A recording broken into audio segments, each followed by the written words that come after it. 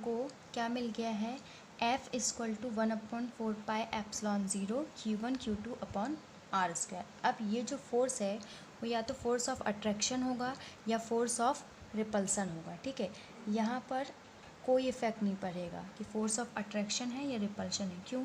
क्योंकि यहाँ पर प्लस और माइनस चार्ज का इफ़ेक्ट नहीं पड़ेगा, क्योंकि हमको यहाँ पर सिर्फ प्रोडक्ट से मतलब है। ठीक है, अब अगर यदि हम ε0 की कोई वैल्यू रख देते हैं तो हमको क्या मिल जाएगा, k मिल जाएगा, k की कोई वैल्यू मिल जाएगी। तो देखो जैसे यहाँ पर k की वैल्यू है 1/4πε0, तो अगर हम ε0 की वैल्यू रख दें तो यहाँ पर क्या होती है, ε0 की वैल्यू 9 × 10⁻⁹ जो k की भी वैल्यू होती है ना। अब अगर आपसे कहा जाए कि एक कूलाम को डिफ़ाइन करिए तो आप कैसे डिफ़ाइन करेंगे? अगर आपको कहा जाए कि एक कूलाम को डिफ़ाइन करें तो आप कैसे डिफ़ाइन करेंगे? तो देखिए, मान लीजिए यदि हम Q1 और Q2 क्या ले लेते हैं, 1 कूलम ले लेते हैं। ठीक है, और R ले लेते हैं 1 मीटर। हम एक कूलम को डिफ़ाइन कर रहे हैं, तो मान लीजिए हमने Q1 और Q2 क्या ले लिया, 1 कूलम ले लिया, R हमने ले लिया 1 मीटर। ठीक है, और 1/4πε0 की वैल्यू क्या ले ली, 1/4πε0 की वैल्यू ले ली 9 × 10⁻⁹। ठीक है, तो हमको फोर्स निकालना है, तो फोर्स में देखिए 1/4πε0 की वैल्यू हम क्या रख देंगे, 1/4π पहले तो इसकी वैल्यू हम रख देंगे 9 × 10⁻⁹ रख देंगे। Q1 और Q2 की जगह हम क्या रख देंगे, देखिए Q1 और Q2 1 कूलम है ना, यानी कि 1 × 1, और R स्क्वायर 1 मीटर यानी कि 1, यानी कि F की वैल्यू क्या आ जाएगी, F की वैल्यू आ जाएगी 9 × 10⁹ न्यूटन।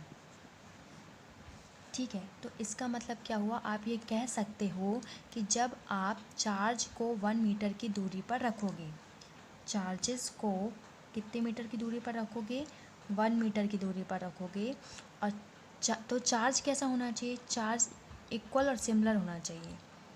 ठीक है, तो वो जब वो फोर्स एक्सपीरियंस करेगा तो उसका जो फोर्स एक्सपीरियंस करेगा वो कितना होना चाहिए, F = 9 × 10⁹ न्यूटन। तो 1 कूलम कब होता है, जब फोर्स कितनी होती है, 9 × 10⁹ न्यूटन, और चार्ज कहाँ पर होता है, 1 मीटर की दूरी पर होता है। तो हम 1 कूलम को डिफ़ाइन कर सकते हैं। तो हमने 1 कूलम को डिफ़ाइन कर लिया। अब हम समझते हैं कि ε0 या परमिटिविटी क्या होती है। ठीक है, परमिटिविटी क्या होती है, तो इसको हम सबसे पहले फार्मूला से समझते हैं। ठीक है, फार्मूला क्या है, 1/4πε0 Q1.Q2 अपॉन आर स्क्वायर। ठीक है, तो देखिए यहाँ पर ये है इन्वर्सली प्रोपोर्शनल है। ठीक है, तो इसका मतलब मैंने आपको क्या बताया था कि यदि ε0 को क्या करेंगे, यदि ε0 ज़्यादा होगा तो फोर्स हमारा कम होगा, है ना, और यदि फोर्स ज़्यादा होगा तो ε0 क्या होगा, कम होगा। ठीक है, तो इसमें जो ε0 है वो क्या है, परमिटिविटी ऑफ फ्री स्पेस है। इसका मतलब ये क्या है, बहुत कम है। यहाँ पर जो ε0 हम यूज़ कर रहे हैं वो क्या है, फ्री स्पेस है, परमिटिविटी ऑफ फ्री स्पेस, और फ्री स्पेस में क्या होता है, फ्री स्पेस में है यानी कि बहुत कम है। ठीक है, तो परमिटिविटी का मतलब क्या होता है, देखिए मान लीजिए यहाँ पर 2 चार्जेस हैं, Q1 और Q2 2 चार्जेस हैं, इनके बीच का जो डिस्टेंस है वो कितना है, R है। ठीक है, तो यहाँ पर जो डिस्टेंस है वो क्या है, फ्री स्पेस का है या वैक्यूम का है। तो फ्री स्पेस और वैक्यूम में क्या होता है कि परमिटिविटी बहुत कम होती है ना, इसलिए Q1 Q2 पर चार्ज ईज़िली लगा रहा है, फोर्स लगा रहा है, और Q2 Q1 पर फोर्स ईज़िली लगा रहा है ना। तो देखिए मान लीजिए, तो इसको हम क्या कहेंगे, इसको जब Q1 Q2 पर फोर्स लगा रहा है और Q2 Q1 पर फोर्स लगा रहा है तो इसको हम क्या कहेंगे, lines of forces, lines of force. ठीक है, अब मान लीजिए कि यहाँ पर Q1 और Q2 है, ठीक है, और इनके बीच में कोई दूसरा मीडियम भी है।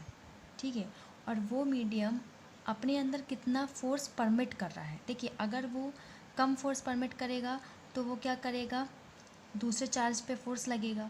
और अगर वो अपने अंदर ही ज़्यादा फोर्स परमिट कर रहा है, जैसे Q1 ने जो फोर्स दिया और जो बीच में जो मीडियम है, मान लीजिए दूसरा मीडियम एयर और वाटर है, अगर इसका दिया हुआ फोर्स वो अपने अंदर ज़्यादा परमिट कर रहा है तो ये फोर्स यहाँ तक नहीं पहुँच पाएगा। ठीक है, तो परमिटिविटी क्या कहलाती है कि जो मीडियम है वो अपने अंदर कितना फोर्स परमिट कर रहा है। यदि अपने अंदर कम फोर्स परमिट कर रहा है तो वो दूसरी साइड में जा सकेगा, है ना, और ज़्यादा परमिट कर रहा है तो नहीं जा पाएगा। तो परमिटिविटी यही कहलाती है कि जो दूसरा मीडियम है वो अपने अंदर कितना फोर्स परमिट कर रहा है। और यहाँ पर हमने जो लिया है परमिटिविटी वो किसके लिए, फ्री स्पेस के लिए। तो फ्री स्पेस की जो परमिटिविटी होती है वो बहुत कम होती है, इसलिए इसका मतलब यही हुआ कि एप्सिलॉन ज़ीरो क्या है, फ्री स्पेस की परमिटिविटी, यानी कि ये क्या कर रहा है, अपने अंदर कम फोर्स परमिट कर रहा है, तो ये दूसरे चार्ज पे फोर्स ईजिली चला जाएगा। ठीक है, तो परमिटिविटी का मतलब ये होता है। देखते हैं यूनिट और डायमेंशन। सबसे पहले के का देखते हैं, तो के की यूनिट क्या निकालेंगे, चलिए पहले के की यूनिट निकालते हैं। ठीक है, तो यूनिट निकालेंगे। देखिए पहले हम फार्मूला लिखेंगे, फोर्स इक्वल टू के Q1 dot Q2 upon are square. ठीक है, तो हमको के की यूनिट निकालनी है, तो हमने के यहाँ रखा, F डॉट आर स्क्वायर ऊपर रखा और Q1 डॉट Q2 नीचे रखा। ठीक है, तो F हमारा क्या निकला था, न्यूटन। ठीक है, डिस्टेंस का क्या होता है यूनिट, मीटर, तो आर स्क्वायर है तो एम स्क्वायर, और Q1 Q2 का क्या होता है, कूलम।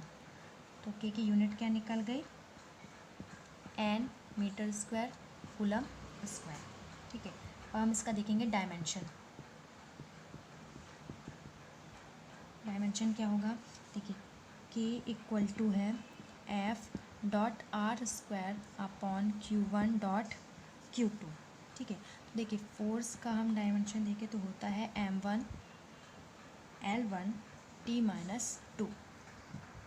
ठीक है, और R का होता है आर स्क्वायर एल स्क्वायर, और Q का होता है 80। इसको हम रख देंगे, तो देखिए F का है M1 L1 T-2, are square में रखेंगे एल स्क्वायर, आर स्क्वायर का डायमेंशन, और Q1 Q2 की जगह रखेंगे ए टी। ठीक है, तो ये क्या हो जाएगा, यही हो जाएगा के इक्वल टू, देखिए M1, ठीक, L1 है और L2 है, तो इसका प्रोडक्ट है, तो ये हो जाएगा L3। ठीक है, और यहाँ T-2 और नीचे टी स्क्वायर है, तो ये जब ऊपर आएगा तो ये जाएगा T-4 और ए, तो ए स्क्वायर ऊपर जाएगा तो A-2, तो ये हो जाएगा डायमेंशन। डायमेंशन क्या होगा, के equal to M1 L3 T-4 A-2। चलिए अब हम देखते हैं unit and dimension of epsilon zero. देखिए के यहाँ पर क्या है, के यहाँ पर है हमारा 1/4 पाई एप्सिलॉन ज़ीरो। तो 4 क्या है, यहाँ पर नॉर्मल मैग्नीट्यूड है जो कि है 4, पाई की वैल्यू 22/7 होती है। ठीक है, इनका कोई डायमेंशन नहीं होता है, तो हम क्या निकालेंगे, एप्सिलॉन ज़ीरो का। तो यहाँ पर जो एप्सिलॉन ज़ीरो है वो क्या हो जाएगा, 1/4 पाई के। ठीक है, तो इनका तो कोई मतलब नहीं, इनका कोई डायमेंशन नहीं है, तो हमको किसका निकालना है, epsilon zero equal to 1/k का निकालना है। ठीक है, और के का अभी हमने निकाला, तो के का क्या निकला था डायमेंशन, एन।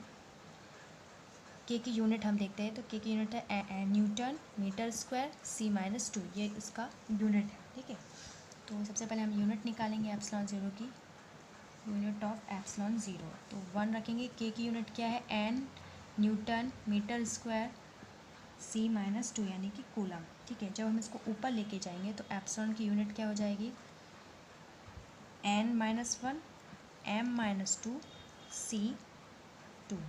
ठीक है, तो ये हो गई एप्सिलॉन की यूनिट। अब इसका डायमेंशन निकाल लेते हैं एप्सिलॉन का। क्या निकालेंगे डायमेंशन, एप्सिलॉन का डायमेंशन क्या निकालेंगे, 1/k। तो यहाँ हमने रख दिया के का डायमेंशन, अभी हमने के की यूनिट रखी थी, के का डायमेंशन हमने क्या निकाला था, M1 L3 T-4 A-2। इसको हम ऊपर ले जाएंगे, तो जब हम इसको ऊपर ले जाएंगे तो ये कितना आएगा, M+1 में है, ऊपर जाएगा तो -1 हो जाएगा, L+3 है, ऊपर जाएगा तो -3। टी -4 ऊपर जाएगा तो +4, इसमें हम प्लस नहीं लगाएंगे, दिखाएंगे, और ए -2 है तो +2, तो ये हो जाएगा हमारा एप्सिलॉन का डायमेंशन। तो आई होप आपको समझ में आ गया होगा कूलम्स लॉ। Thank you.